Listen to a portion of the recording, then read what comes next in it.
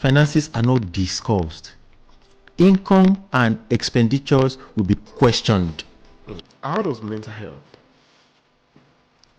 how can it be a silent killer in marriage? And when it happens, how can either of the party help the other person to come out of it, or to help the person manage it, so that the mental health issue does not impact on the marriage?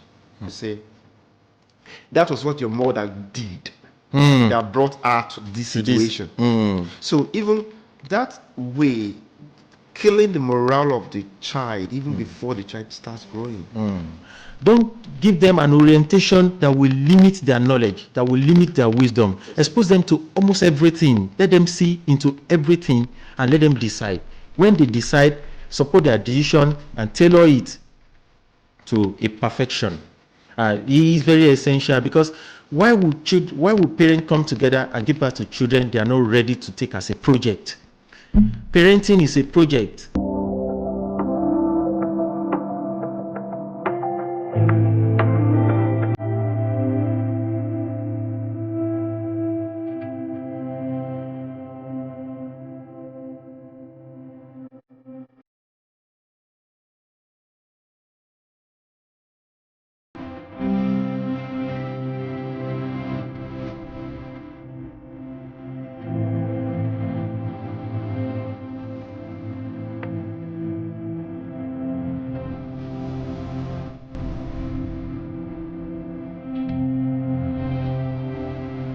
Okay. Yeah. You said something very striking earlier. Okay. Talking about your wife trying to, because of the trauma, Yeah. the people Yeah. she witnessed, Yeah. or she knows, Yeah. or she knew rather, Yeah.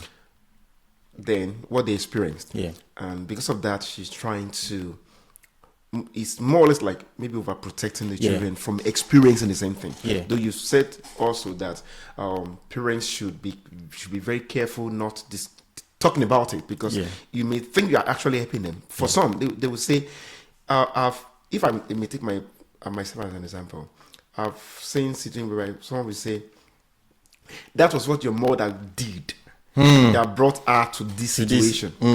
So even that way, killing the morale of the child even before the child starts growing. So the man may think he's helping the child, but he's actually killing the child. Yeah. So, but as a way of help, you talked about, because of what she witnessed, Yeah.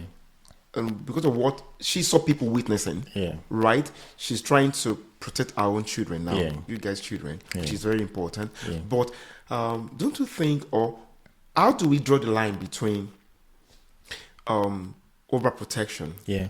care, Yeah. or you're trying to care for your children, Yeah. and family arrangement? Family arrangement is a situation whereby the family is trying to see how to, they're trying to help, Yeah. but they are going too much. They are overprotecting, and even they are like, instead of helping, it turns to killing. Thank you. So how should parents or families draw the line between those things? Create a boundary. Thank you. It's such a very difficult one. Don't let me deceive you, because just like I said, marriage is a bespoke institution. It's a tailor-made. Your marriage will never be the same with other person's marriage. Right. So when you see some things that you know that this is not totally right, but there's a way you can go around it to form a life, please go ahead, for peace to reign. Like just what you have said, like overprotection. If the overprotection is our own hallmark, so be it, because there's another killer of marriage that we have not talked about: stonewalling. Right. You know, when you feel like, oh, maybe a spouse feel like, oh, let us protect these children, don't let them go out, don't let them hit this, don't let them do that, and you are feeling like, oh my God, we're not really helping these children. Before you get to know, there'll be breakdown of communication. Right. And when there's a breakdown of communication, there might be breakdown of cooperation. And when there is breakdown of communication and cooperation, that's a stonewalling. One party will definitely retrieve to him or herself, and there will not be progress. But if that is where you start with that, overprotection, and you are still together on the same page, there's a way you can review it. Oh, like, okay, she doesn't want them to go out, but how do I make them go out? When we buy new clothes, definitely new clothes want to call for a new outing. Right. Yes. When they have friends and you ask them, how's your friend doing? Fine. My friend is having a bad day and it's going to be a sleepover. Wow. Your friend is inviting you for a sleepover. That's a wonderful one. However, we want to have another dinner or we want to have another meeting tonight, we can just go there and spend 3 hours with your friend. We'll allow you to do everything, enjoy yourself. After the 3rd hour, I feel we can come back home and come and do that thing you love. What is it? Guess what is it? Cooking. Oh, I love cooking. You strike a balance. But in a way that you are feeling like, we're too protective. And it's only one party that is introducing that, and the second party is not trying to manage it. It's going to result into stonewalling.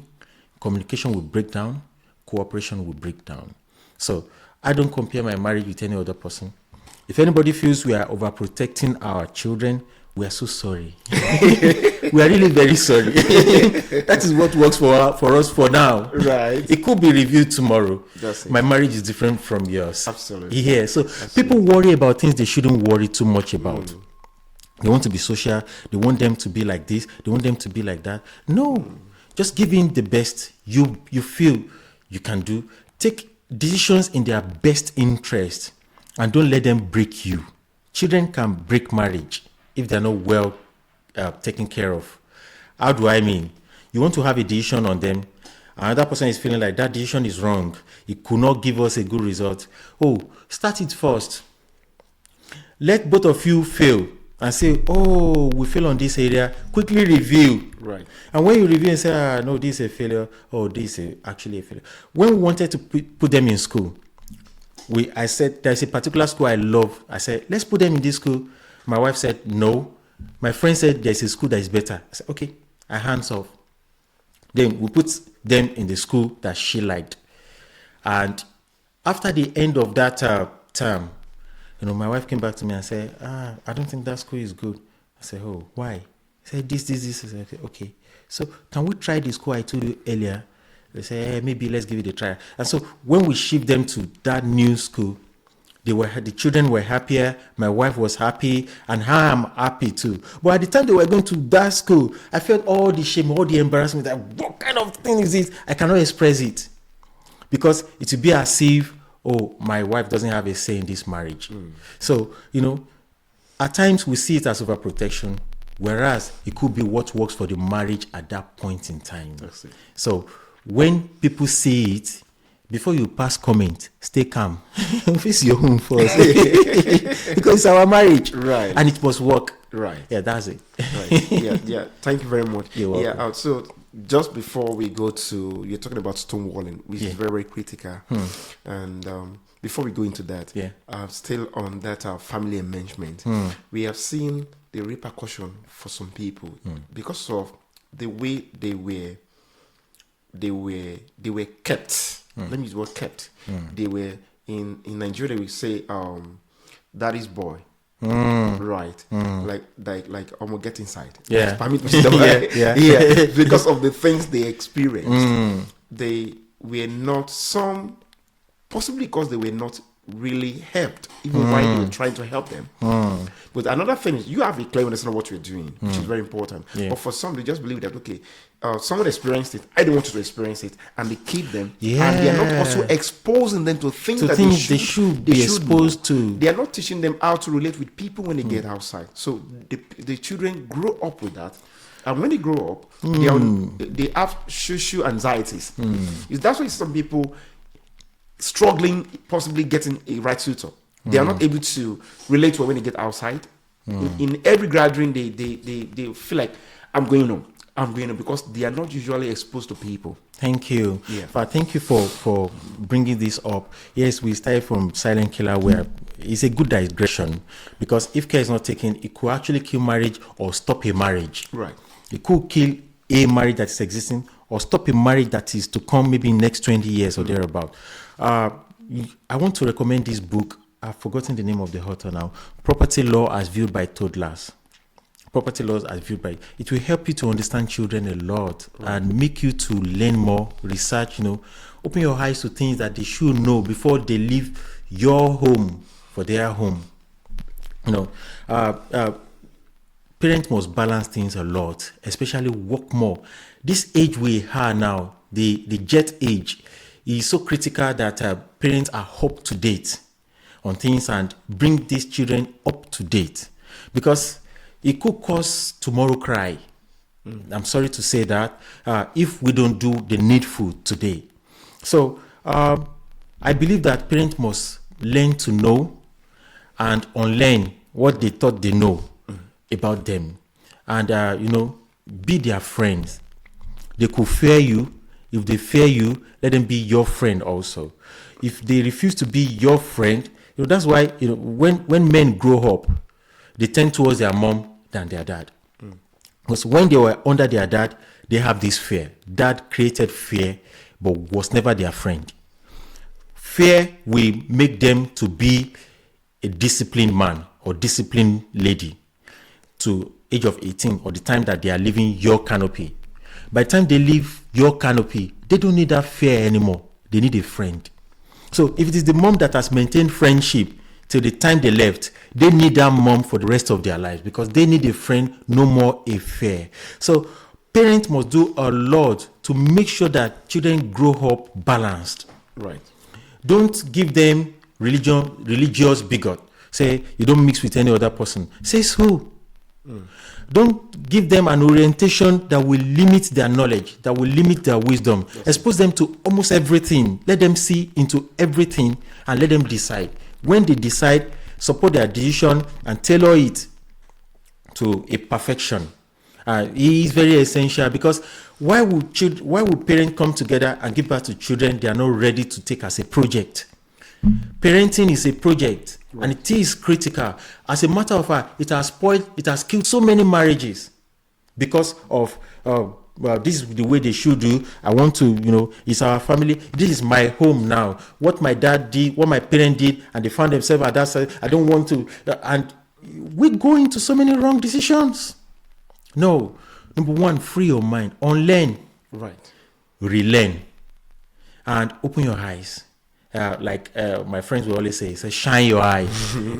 Shine your eyes. What you are doing, we're doing it together. Right. We bought a tab for them, and the tab is connected to, we have parental guidance on it. Right. It's connected to our email. Whatever they are doing on it, we're monitoring it. Right. On Netflix, if they're watching Netflix for kids, everything they are watching there is connected to our email. We are watching it together. So if it's something they open onto, you say, oh no, this is not good. I think this will be good. Why? Because of this, because of that, because of that. Or what do you think? Okay, let's try it. Fine. So parenting now has gone far beyond how our parents left it to us. Absolutely. And we must be intentional about it. Right. We must be deliberate about it. We must be ready to research into it in order to get a very good result. If not, it's also a silent killer. Right, that's good. Yeah, on stonewalling, some people don't understand that that's what they're actually experiencing. That's whereby there's a breakdown in the emotional connections. Yeah. Even as far as physical connection between a husband and wife. And some just believe that, okay, you have pushed me to the wall, and now just be on your own, stay in your lane, I stay on my lane. I stay on my lane. And they're not careful. And so, but how can family or couples experiencing stonewalling, how can they come together again, or get it right again? Yes. It's a very serious thing, because there are so many things that result into stonewalling. Right. And it happens over time. They don't just arrive at stonewalling in a day. Right. I will advise that they go back to the root cause. Why is there a breakdown in the emotion? And whichever party feels the grief more should express it. And before you express it, be ready to forgive. Because it will only take forgiveness to let go. Yeah, it will take forgiveness. There was a marriage that crashed recently, about 27-year-old marriage. All the children are already, in our institution, or they graduated. And I said, at this point in time, could a marriage crash? Oh, then I need to sit tight then. So stonewalling is something that is a result, it's an outcome of an attitude, a character, or a decision over time. So I would advise that both of you call yourself together, be sincere to each other, and be ready to forgive. Right. When you forgive, when you are starting again, don't expect a jet movement. It will not be speedy, because by the time you are starting together, it is a zone of suspicion. You'll be suspecting each other. Is he starting again? Is she starting again? Right. So understand that when you come together, the first level is level of suspicion. You are suspecting each other. Don't worry, still keep the trust going. Right. And the next level is the level of liking each other. Oh, I'm now liking him. That love don't come back suddenly anymore. Right. No. In fact, it doesn't really come back to the fullness again. But I'm liking him. And gradually it will be, I'm loving him. And if you don't stop, it will now become, oh my God, I never knew we could bounce back. That's it. But it doesn't bounce back immediately. It starts with suspicion. It starts with, what is he doing? What is he up to again? What is she up to? And gradually, when you just have that trust, you just have no choice than to have that trust and make it work. It's going to work. It will work. There's nothing that decision cannot do. Like those that said they want to build their house and that they want to see this God or whatever. And, God even said, oh, these people cannot be stopped. Right. They will actualize it. Why? Because they have decided. Absolutely. Yeah, if two people come together and decide on a thing and they are committed to the decision, there's nothing that can stop them. Yeah. That's So good. don't stonewall, don't withdraw, just give it more trial, except you've given up on the marriage. And at that point, what do you want to do? So I feel a repair is far better than a total rejection. And that's what I feel about it. So that takes us to financial strains. How can financial strains, financial issues in marriage, how can it be a kind of silent killer? How? A lot. In fact, of recent, it has been one of the major contributory factors to divorce or to marriage, heading south. So many things encourage it. Number one is lack of sincerity. Right. Yeah. Some people said, in marriage, you could keep joint account, and you are keeping joint account, you are not being truthful to each other. Why? Myself and my wife, we are not keeping joint account, and we are managing it well. We understand each other. She has the password to my debit and credit card. I have the password to her debit and credit card. She has password to my phone. In fact, she has thumbprint to my phone. I have access to her phone. So I can check anytime. She knows what I earn.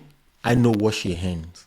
And when we earn, what we say is that this is how much I've earned. This is what I want to do. This is some certain amount. I will need it for myself this month. This is the amount I can afford for general. So we have what we call the federal pulse, contributing to the federal. And so I retain the state. We have the local government. We have the local government. So the local government is some amount we have earmarked for maybe some confectionery, some stuff for the children. That's a separate one. So that's what worked for my family. Don't use that as your model.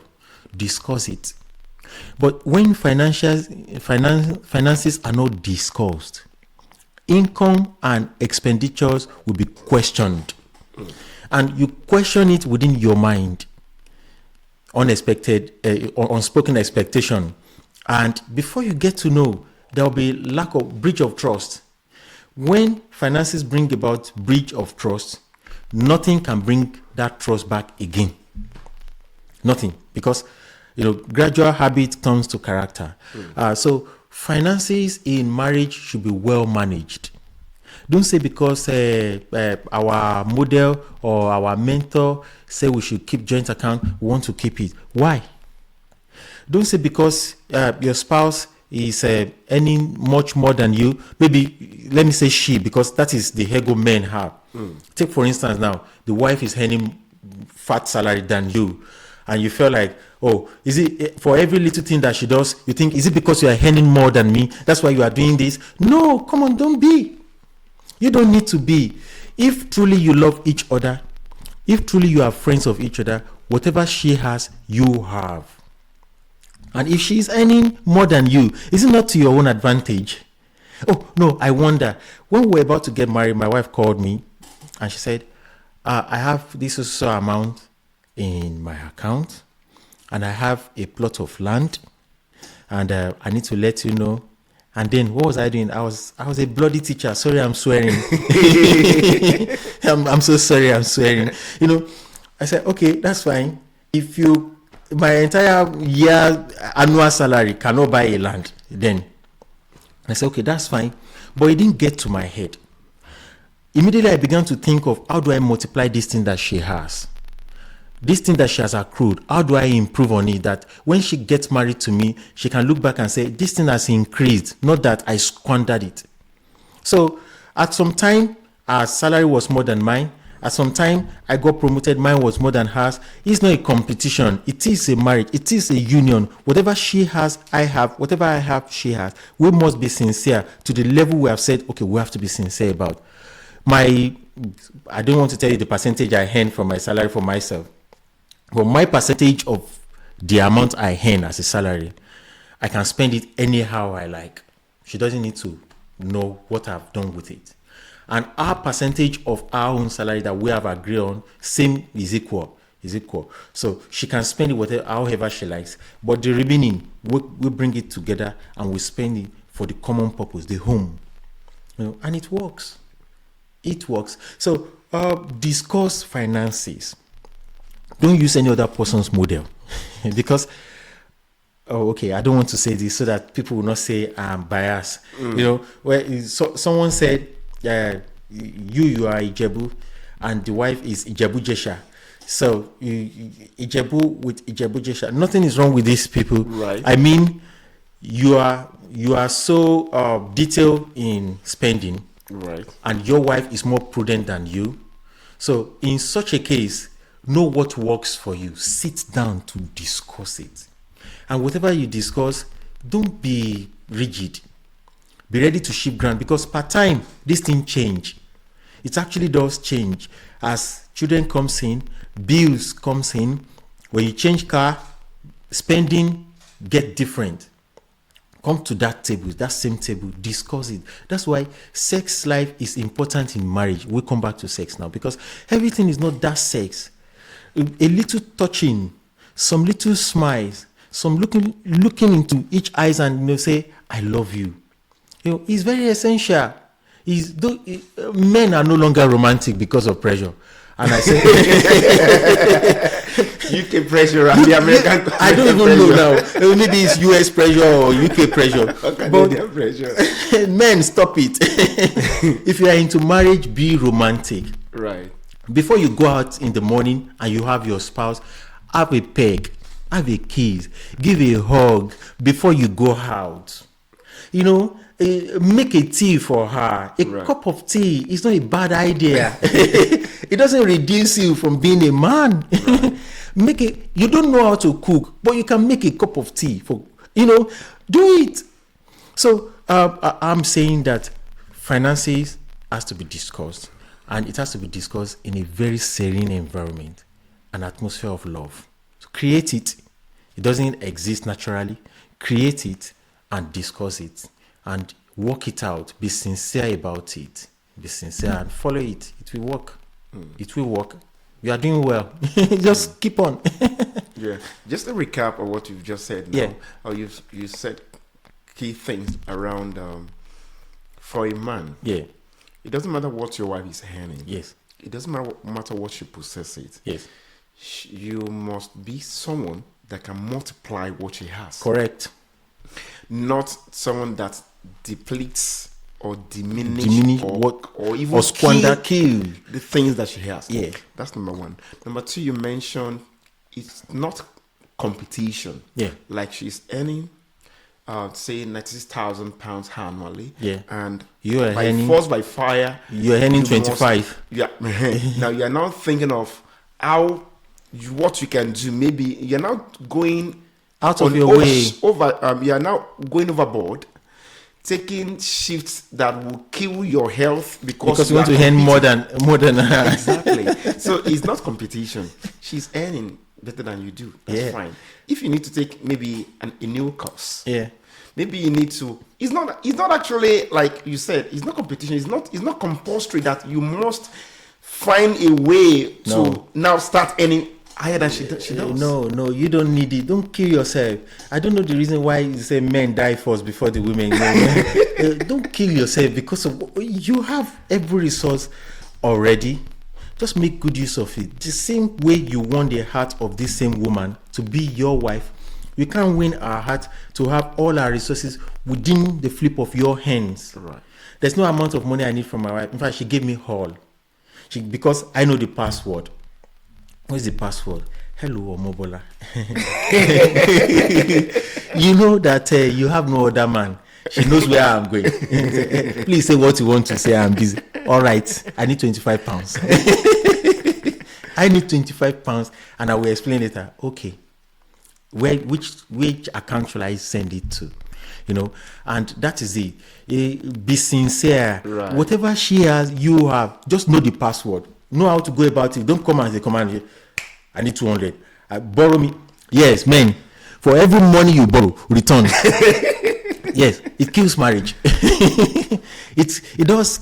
If you cannot return it, because some men are fond of borrowing and not returning. That's not good. If you want to ask for it for a gift, say, please give me this amount of money. I might be able to return it. I might not be able to return it, but I will love you forever. Oh, women like it. For the fact that they are using that money to buy your love. They can use all the money to buy your love. But by the time you want to use your ego to control their resources, forget it. They will revolt. That takes me to, I remember something why you're talking now. Like, I know of a particular man. That would take us to looking at avoiding culture or tradition to influence your thinking. That's it. Absolutely.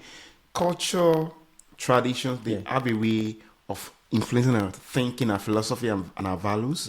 But you must see a way of balancing things so that you don't allow cultures or traditions that are not uplifting, that are not lifting, that are not edifying to kill you or to kill your marriage. Let me now be more specific. Good. For that man, he lost his job. Struggling. Then he has a good wife.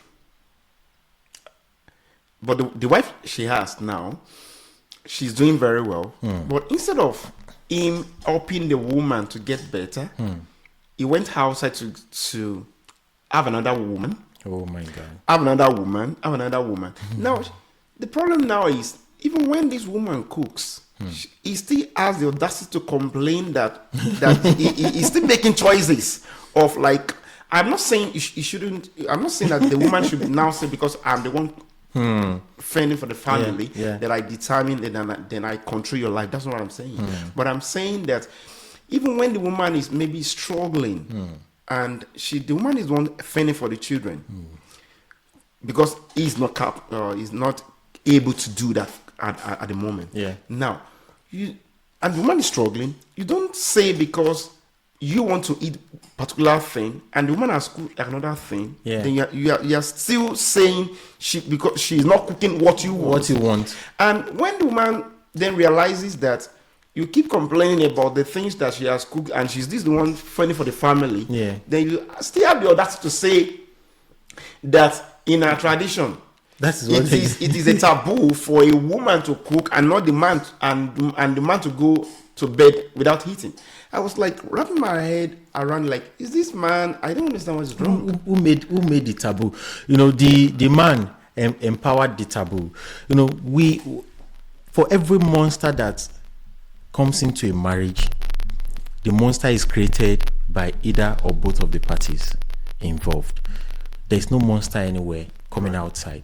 For every monster that happens, that comes into a marriage, is created by either one or both parties in the marriage. If you lost a job or you are at a constraint that you are not financially buoyant, and it is the other spouse, because it could swing either way.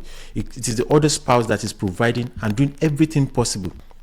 Number one, you must understand that you've put the other spouse that is providing at a corner, at a temptation to think so many things that you are thinking. That, oh, this man might be thinking that because I'm the only one working, that's why I'm doing like this. So let me do like this. Let me do like this. Already he or she is at a tight corner.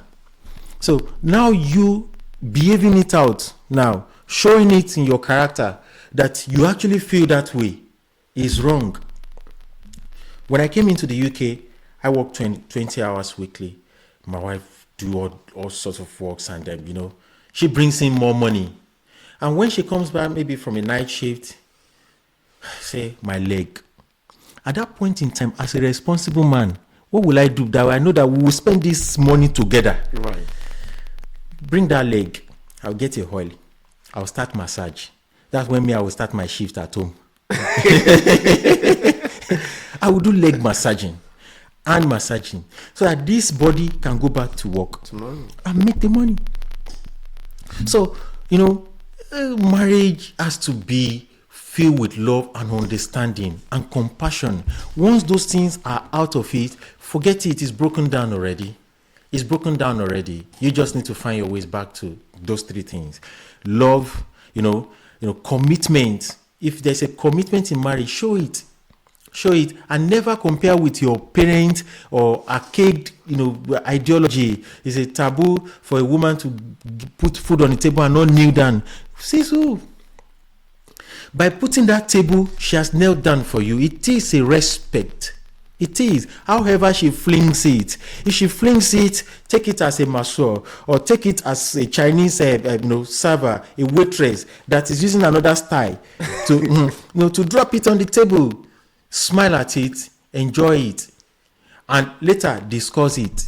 When it comes to review, discuss it. But don't bring anything. Come on. Things have changed. A whole lot of things have changed. The standard has not changed, but the way we do things have changed drastically. And we must change with it. We must be dynamic. It's very essential. Thank you very much. So that takes us to mental health. In the recent time, especially, let's take our own environment as an instance. But it doesn't actually limit to our environment. I would say the UK environment. Yeah. We've seen a lot of people just dropping dead untimely because they are not able to manage their mental health very well. You see people committing suicide. A lot of people just misbehaving. So, how does mental health? How can it be a silent killer in a marriage? And when it happens, how can either of the party help the other person to come out of it, or to help the person manage it so that the mental health issue does not impact on the marriage? Thank you very much. This is a very critical talk, and I'm not a medical practitioner. However, if mental health is hereditary, and you've married a spouse that has the chance of developing that, and by discussion you have a clue, or by interaction with other family members you have a clue that the spouse has a chance of having that. Number one thing you must avoid is argument. Never let anything be hot at home. Anything, absolutely. Discussion must not be hot. Your character, your portrait, everything must not be hot. That's one. Two is that don't be the cause, don't be the trigger. Never be the trigger for the mental health. However, if it is not hereditary, mental health could set into marriage, especially when there are bottled up issues. One. Two, when there is one party is derogating the other. Like good morning. Yes. What can I do? As a man may not feel nothing is wrong. But for the woman, she's looking at it, oh my God, I've given everything for this man, he's not even appreciating. I'm going crazy now. What do I do? It could result into mental health. And, with that, especially when women don't understand the man they marry again, it turns to mental health because they married someone, they have a very big expectation, and this is a man that is enjoying his life. He doesn't care about what the woman is thinking. No. Let me tell you today, that woman you marry, there's a particular time of the month, they run some cycle. There's a particular period of the month that she just feel love around her. So she could complain, I have headache. I say, how can you be telling me you have headache? Don't we have paracetamol in this house? You don't need to tell me that one. No, the headache she has that time, paracetamol cannot heal it. It's your peck, it's your kiss, it's your gentle touch, it's a gentle hold, it's a reassurance. Those are the things that can heal that. If you refuse to give it at that point in time, she's developing the mental health already. And for whoever has it already and is going to an extreme, what you need to do, number one, is calm down. Please. Your life is important. Number two, speak out. It's very essential you speak out because if you resolve to taking medications because of it, especially self-medication, you want to take paracetamol, you want to, do this, do that, it won't work because the causative reason are still there. Right. So, one, discuss it, seek for help. Two, the spouse also need to be called to order. Whoever will call the spouse to order needs to call the spouse to order, be it the man or the woman. Because mental health is not something one jokes with. Once the mental health is lost, forget it. It's madness that remains in that family. They will never have that. So let's always learn to communicate. Communication is crucial, and interaction in avoiding bad mental health. One should be able to communicate well and discuss well. And if they are already in it, they should seek for help. It's very essential. So the next one we'll be talking about, you've actually touch pointed that's the area of talking about communication. How can poor communication be a silent killer at home or be a silent killer for couples? It is. In fact, it is. If we are making a list of silent killers in marriages, communication breakdown, it will top the list. Because if usually it's common to men, the wife say good morning. I'm going out, bye. Hello dear, where are you going? Ask that. When are you coming? To. You have not said anything to her. Right. You've not said anything. The women I know say, hello dear, where are you going? And you know it's Asda. The answer is not Asda because she will go deeper. I am going to Asda to pick up some couple of things. When I leave Asda, I might touch Aldi, but from Aldi, I'm coming back straight home. You've answered. You've communicated. But hello, honey, where are you going? Asda. When are you coming back to? For God's sake. What's happening? What's happening? The next question will be, are you all right? Yes. No, you are not all right. Or if you are all right, you are creating something already. Right. So communication is essential in marriage. And if you break down, if there's a poor communication, you're toiling with the peace of the marriage. And never assume that you've done well. Ask for feedback. Am I communicating well? Men have stopped saying I love you to the wife because what does it do to them? But to women, I love you is essential. It's a reassurance that, oh, this man actually loves me. To men, don't you know that I love her? With all these things I'm buying. Exactly. With all these things I'm doing, you should know I love you. No, despite all those gifts, despite all those buyings and everything, she wants you to say it. Please say it. And for the women too, please, men, sometimes they just love to be left alone. When you know that your husband just wants his space, give him that space. When he's done with that space, come back to him and you discover that you're on the same page. Don't get him wrong. Try to understand each other and carry along. Communication is essential. And communication is not only verbal. Right. What we do, gesticulation, our intentions, our motives are shown by our actions. You know, if you sleep on the bed, for instance, now, and you face the wall, she face another place, it's a communication. Right.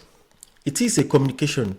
The way you dress when you are going to bed is a communication.